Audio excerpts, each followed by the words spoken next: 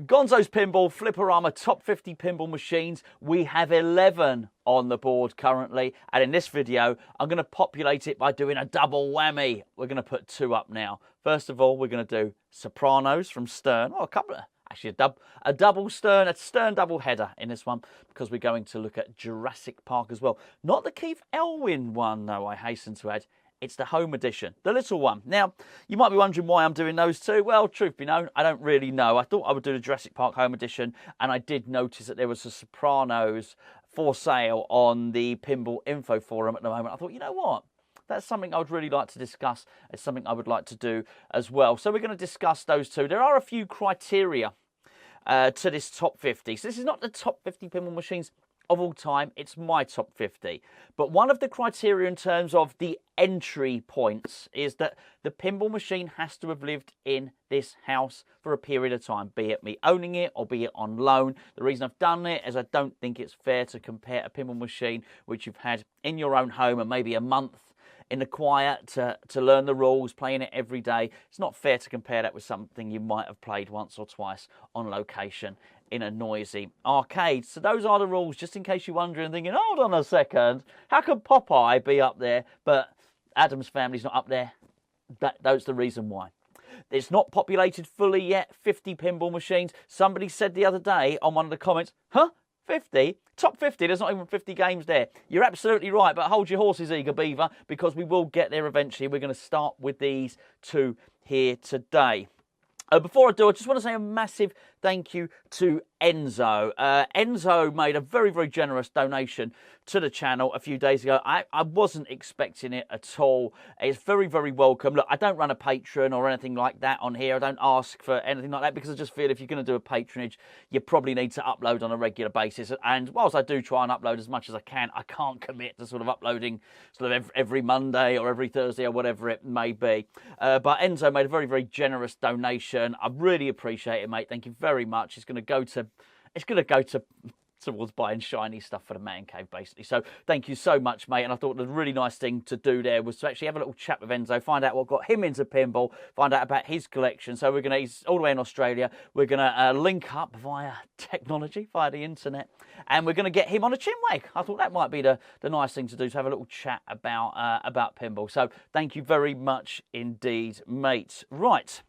I don't really know where to start, really, whether it's Sopranos or the Jurassic Park Home Edition. I mean, the Home Edition's an interesting one, really, isn't it? Because it was Jack Danger's apprenticeship, I think. I think it's fair to say that.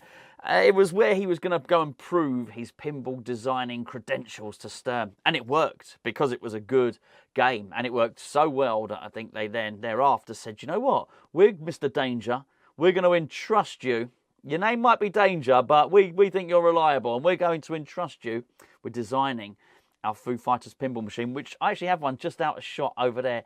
It's a fabulous game. He's done a great job, and I'm quite sure that Mr. Danger will go on to produce a number of really good and innovative designs. So well done him. I'm lucky enough to have had both of his designs here, and I'll hold my hands up. I'm a fan. I think they both of them shoot really, really well. The irony is the home pin had more mechanisms on it than the Foo Fighters, which had a bigger bill of materials. Figure that one out, if you will. Let me just tell you why my top 50 is maybe different from the Pinside top 100. I only have to please myself, really. This is my top 50, not anyone else's. It's a personal choice. You're going to agree with some of them. You're going to disagree with a lot of them. But I don't base it on what Pinside looks at, which is things like animation artwork, audio quality, audio variation, backglass artwork, cabinet artwork, game rules, longevity, lighting, sound and speech. A lot of that stuff I don't care about. Some of it I do. The way I'm rating them is for these criteria, which is fun. Is it addictive? Does it have humour? Does it have charm and personality? What are the toys and mechanisms like? Is it approachable? What are the shots and their positions like? Now, that's going to be subjective. A good shot for me might not be a good shot for you. So, again, it's going to play into personal preference. What are the rules like? And when I say what are the rules like, I mean, are they obvious, or have I got to go? If I've got to go scrolling through a 30-page PDF to find out how to play this machine, I'm not going to be impressed, and it's not going to rank highly. Ideally, when I say the rules, I want the inserts to tell me what to do. I want the screen to tell me what to do, and I want the call-outs to tell me what to do. And then thereafter, are those rules engaging? And I think that's the thing. Can I find them out just by simply maybe looking at the apron card or something like that? Does it have achievable goals? Is it going to keep me interested all the way through? Is it rewarding or is it frustrating? I'm not a great fan of frustrating pinball machines, it has to be said. And I think lastly, do I regret it leaving? That's the key. Do I regret it once it's gone? Do I miss it? After that point, I'm going to take these two magnetic signs over to my top 50 board, and we're going to find out where they rank in the scheme of things. So there we go. Let's start. Let's start with Jurassic Park Home Edition. What we'll do is have a little chat about each one, then we'll walk over to the board, okay? So Jurassic Park Home Edition. Is it fun? Absolutely, it's fun. I mean, it really is. This is a fun game. I was actually blown away by how much enjoyment I got out of this. I wasn't expecting anything from it at all. I think the first time that I'd ever been aware of any home edition was the Star Wars one. Wasn't impressed. They looked small. It looked like a gimmick of a pinball machine. The one thing I've got to say is when I got this, I did a couple of videos on it, which are on this channel. So everything I'm featuring now, there should already be a video for that game on this very channel. So go and knock yourself out. You will disappear down a rabbit hole, quite frankly, if you start searching for videos on this channel. There's lots of them. But if you look at the Jurassic Park Home Edition ones, I said this game is no gimmick. It was a proper pinball machine. Granted, it didn't have the same cabinet composition. It didn't feel as strong as some of the other games. But this is not a game that goes on site on location. In fact, you can't even open the coin door and access underneath the playfield. I certainly don't think there were any coin slots on the door. I don't think you can, and it wouldn't stand up to the rigours of going on location. For the home environment, it really is perfect. I also thought it was going to be a lot smaller. The playfield was the same size as every other playfield, and realistically, I said at the time, if you were going to go to buy this game and think, well, this is going to save me some space, I can't fit a pinball machine in my dining room or in my lounge, but I will be able to fit a home edition. Forget it. The footprint is more or less the same. It's just not quite as tall. So yes, it was very, very fun. Was it addictive? Yes, because it sort of had some achievable goals on it, and I was very, very impressed with it actually. Although what I did find, I found the extra ball quite hard to get on that one, but it didn't matter. It was quite a short game. It didn't have massive depth of rules, but there was enough on it to keep me interested and to keep me honest. Did it have charm and personality? I guess so, to an extent. I'm not massively impressed by screens. It had a small screen. It was probably, the screen was, just looking at my phone, I've got a sort of Google Pixel phone. It was a little bit taller than that. It wasn't a massive screen on it. I didn't care. I thought there was enough going on. I guess it did have a little bit of personality, actually. I like the raptor shot, that was quite good. And it had a mechanism of a T-Rex. You shoot, the T-Rex basically swallows the ball. Well, that was pretty cool. In terms of bang for your buck, I was quite impressed with that. Was it approachable? Yeah, it was as approachable as anything. I mean, my children really enjoyed playing it. My 9-year-old loved it. I think it was a little bit shorter as well. We've got a crate that she stands on to play pinball, and I don't think she was using that too much for that. But yeah, she very much found it approachable. Shots and positions, they were good. I mean, they really were good. They had a little jump shot on it. Round the back was sort of like an orbit ramp. Had a little jump shot on it. Very good. I enjoyed that very, very much. The rules, easy rules. Now, I don't mean the game was easy to complete, because I think there were probably 4 or 5 people who came round here, and I don't think one person completed it. But it was close. My friend John, J-Mac from the forum, who you've seen him plenty of times on this channel and seen his lovely collection. He's got his Games Room Tour Certainly number one, maybe number one and number three, something like that. So John got very close to completing it when he came over, but it's a good game, certainly. The goals are achievable. Rewarding and frustrating? There's nothing frustrating about the game at all. I found it very, very rewarding and really enjoyed it. I guess finally, do I regret it leaving? No, I don't. But I mean, there are reasons for that. That leaving facilitated the arrival of 8-Ball Deluxe, which was something I wanted to get my teeth in as a project. I also feel that I'd had it long enough that I'd got to experience it and got to enjoy it. And I must be honest, if it was here now, how much would I be playing it? I don't know. I mean, I played Deadpool, I played Lebowski, I played Batman, I played Foo Fighters. I probably would still switch it on, truth be known. And I'll tell you now, it's not going to be finishing down the bottom of that list, which I know it's quite interesting, actually, because, look, pinball's a great hobby, right? But people can get quite emotive on it. I noticed it recently when I did the Elton John videos. People, as I said, some people, not everybody, but some people sort of visibly upset by that machine. And I found it exactly the same if you go and look at the comments maybe on the Jurassic Park Home Edition videos. So some people are upset by it. They don't feel it to be a real pinball machine. And not a case of even take it or leave it. There's people with some pretty strong opinions on it as well. I never found it frustrating to that respect, and I really enjoyed it. And for me, it was a proper pinball machine. To discuss it any further in terms of the composition and how much you're getting for your money really depends on what side of the pond you're on. I mean, it really, really does. If you're going to buy that new in box in this country, it is far too expensive. If you're going to buy one of these new in box in the States, it seemed like okay value for me.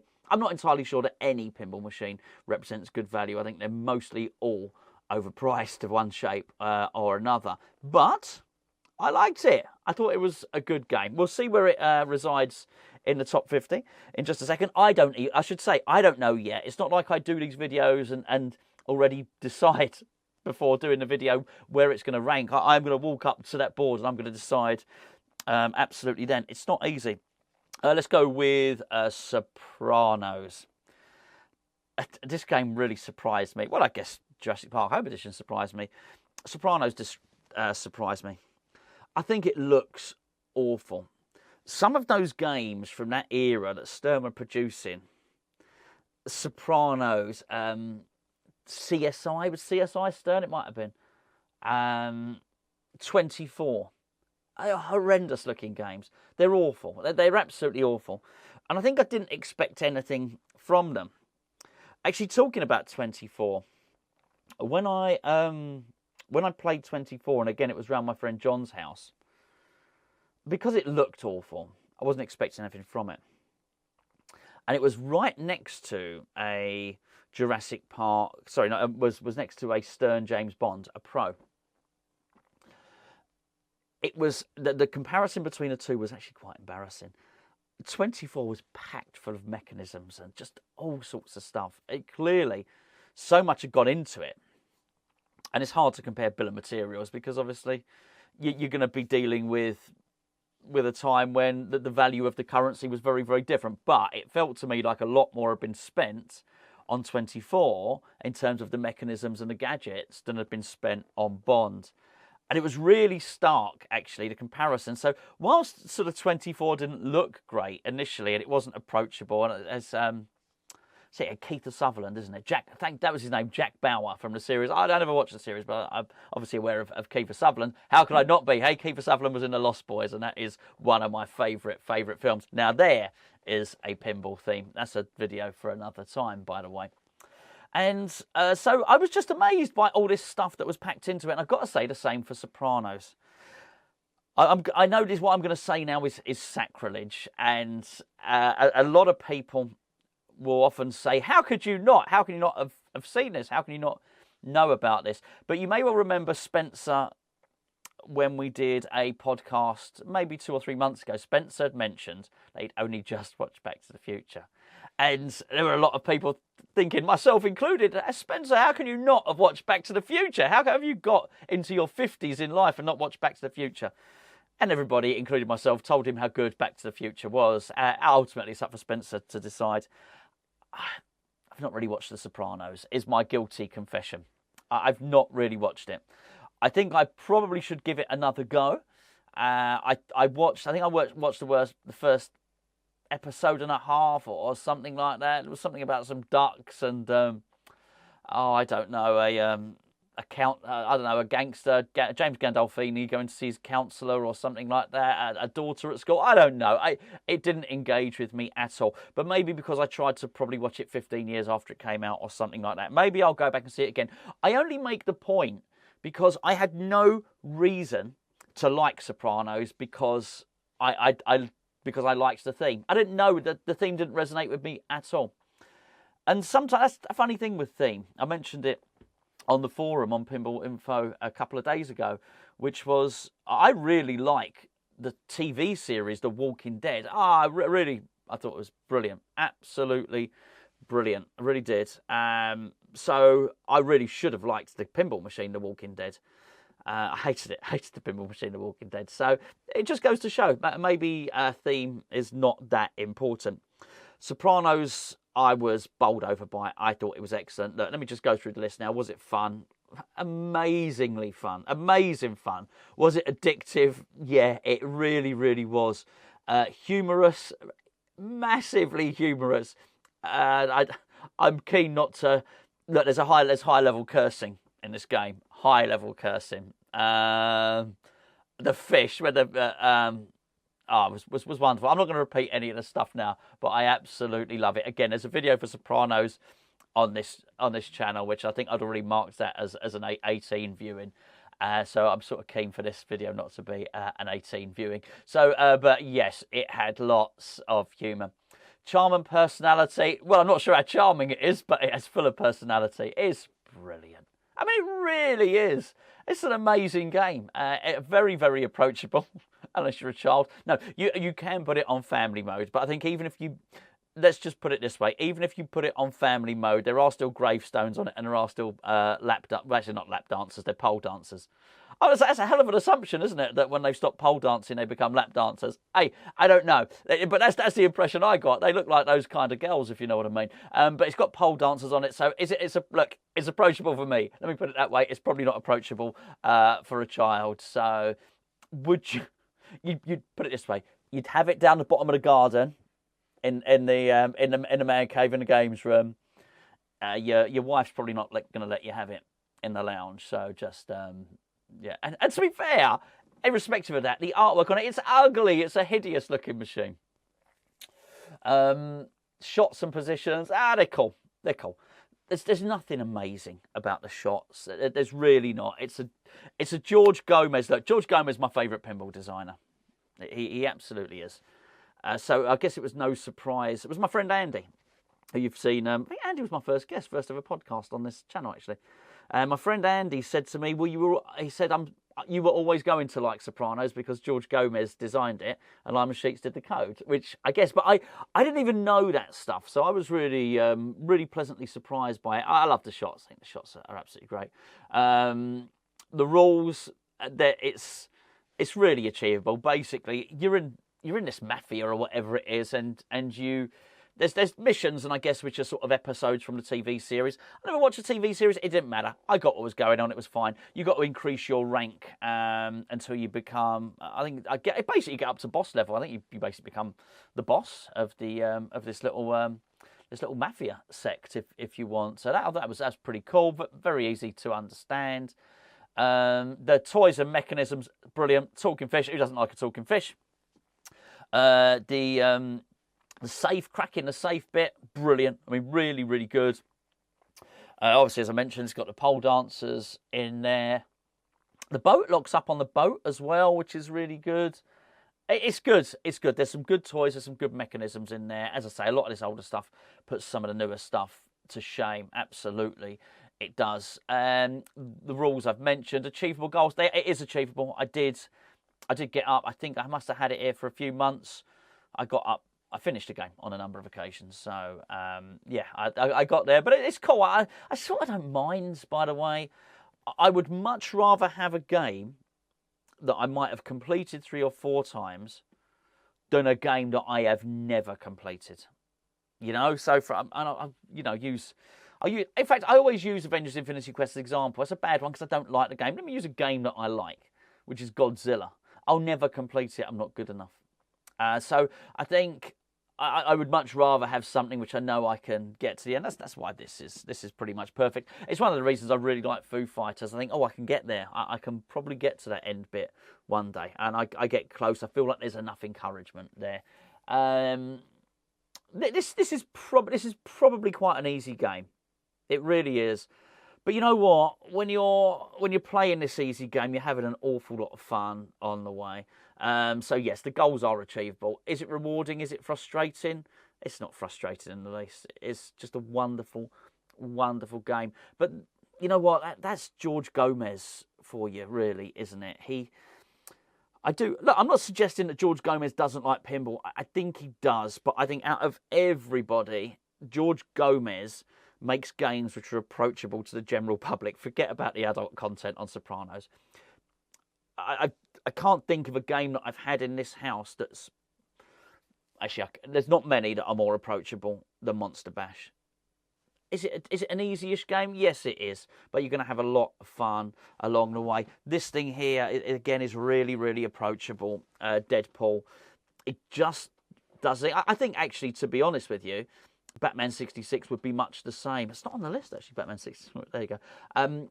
Again, the shots are very achievable. I think the original rules probably were as well. It's Lyman sheets that made the code a little bit more complex. But there's a whole load of genius to that game, which we won't go in this video. I'm just saying, George Gomez gets it right. He really does. And my word, I wish he designed more games. I've got to say this, I do think.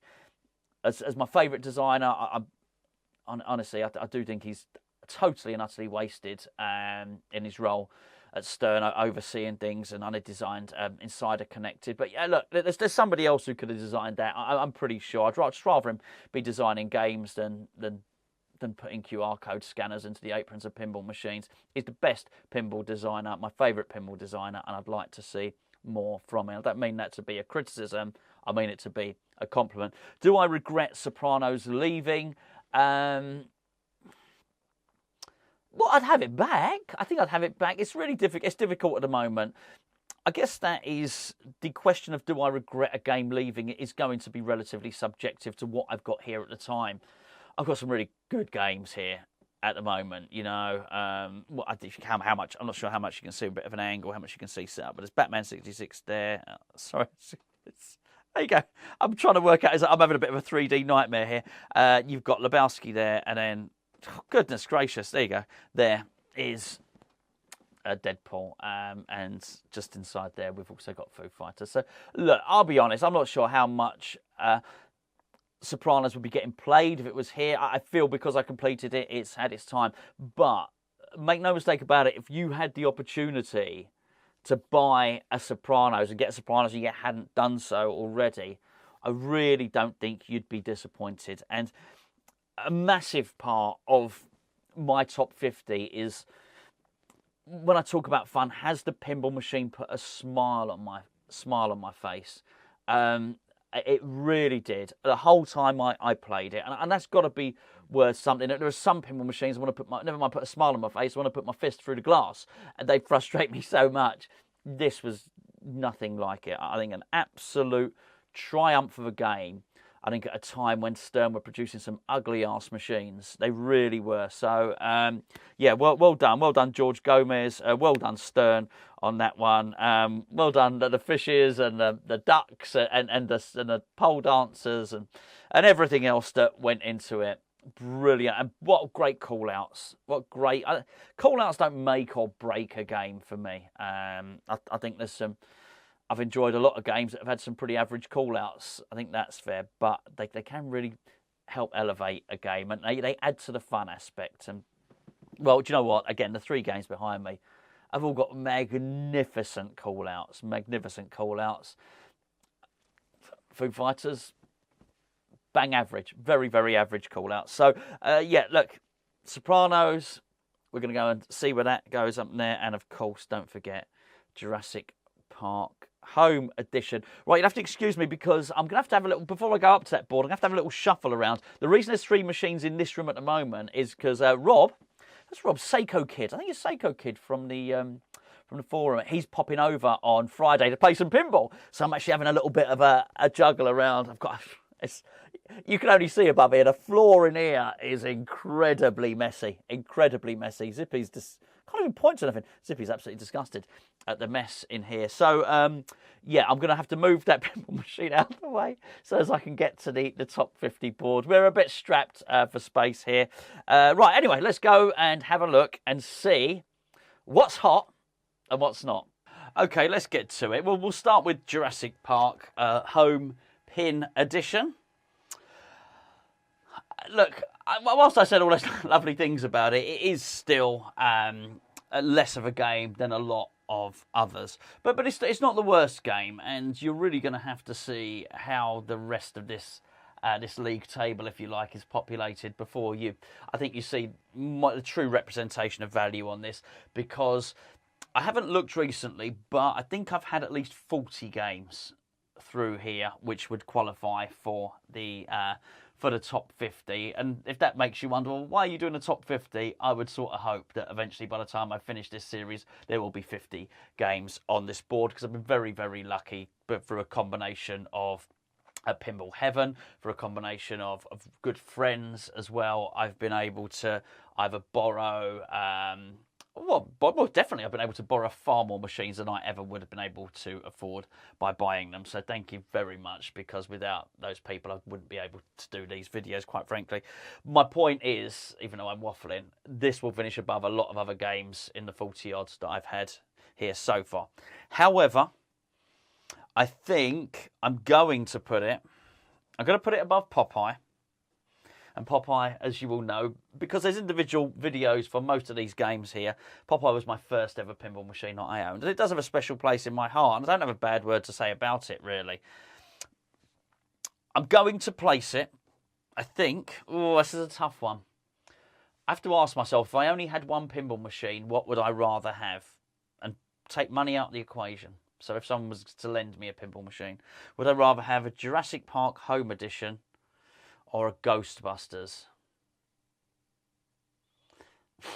I think I'd prefer to have Judge Dredd over Jurassic Park. That much I'm sure of. I'm actually... Oh, do you know what? I'm actually going to put it there. Just under there. So there it is. Jurassic Park Home Edition, which leaves 12 on the board. The 13th, unlucky for some, on the board is going to be Sopranos. Now, we're going to be looking a lot higher here. Would I prefer Sopranos above all of these? Yes, I would take Sopranos above Judge Dredd. I would take Sopranos above Avengers Infinity Quest. I would, if you offered me a Sopranos or a Medieval Madness, again, forget price. At the moment, a Medieval Madness probably in the UK would cost £10,000. A Sopranos might cost £4,000 or £5,000. You bring money into it, you're going to just accept the Medieval Madness. I'm not talking about that. I'm talking about enjoyment and playing it. I would pick Sopranos over Medieval Madness. Now we're getting really, really interesting. Sopranos or World Cup Soccer? And I never thought I would do this, but I'm actually going to choose Sopranos over World Cup Soccer. I really am. And I'd probably worth saying that Papa Duke is my second favourite pinball designer. So we get to, if you were to offer me Sopranos or a Champion Pub, and I'm very aware that someone in particular is going to be watching this video because he always messages me afterwards. I think, and I'm talking about you, Gav, by the way, obviously. And I'm not doing this because of Gav. I am very, very fond of the Champion Pub. They both warm your heart, both of these games, for different reasons. I'm going to put it there. I'm going to leave Champion Pub where it is, and I'm going to put Sopranos just underneath there. So top at the moment is Attack from Mars. I'm going to have to... I think I'm going to have to sort of repen some of these. We've got Attack from Mars, Big Lebowski in second, Fishtails in third, Elvira's House of Horrors there in 4th, 5th champion pub. So 6th, Soprano's gone in 6th. And yeah, so there's lots more. Honestly, I've had so many games through here. I wasn't even planning on doing these two. I was going to do the Munsters next, which I was very lucky to have had here due to the generosity of my friend Alan, who's funny enough, that was Alan's World Cup soccer. I think Alan's very keen for me to have a Twilight Zone here, because Alan's almost evangelical about the Twilight Zone. I'm not so keen, but I've got to go by my own rules. I've got to be able to assess it and spend some time with it. And I think because I don't feel it's particularly approachable, the Twilight Zone, I tend not to, because I find the theme all over the place. I don't look at it and instantly know what to do, which is what I think is one of the... If you ever watched the Attack from Mars video on this series, go and give it a look. I think that's part of Attack from Mars' genius, that you instantly know what you've got to do. And I'd say Monster Bash was like that as well. I think the other thing, since we're having... It's like a confession. This video is like a confession. Since we're having a confession now, I think it's probably fair to say I don't like Pat Lawler games. So... I did tell you at the start of this series, and indeed the start of this video, that you're going to disagree with an awful lot of what I say, and I've yet to find a Pat Lawler game that I really enjoy. Let's put it that way. But I'm open to attempting anything. In pinball terms, of course. That's disgusting. Not like that. I mean, in pinball terms, I am open to trying anything new, and I think we'll leave it there.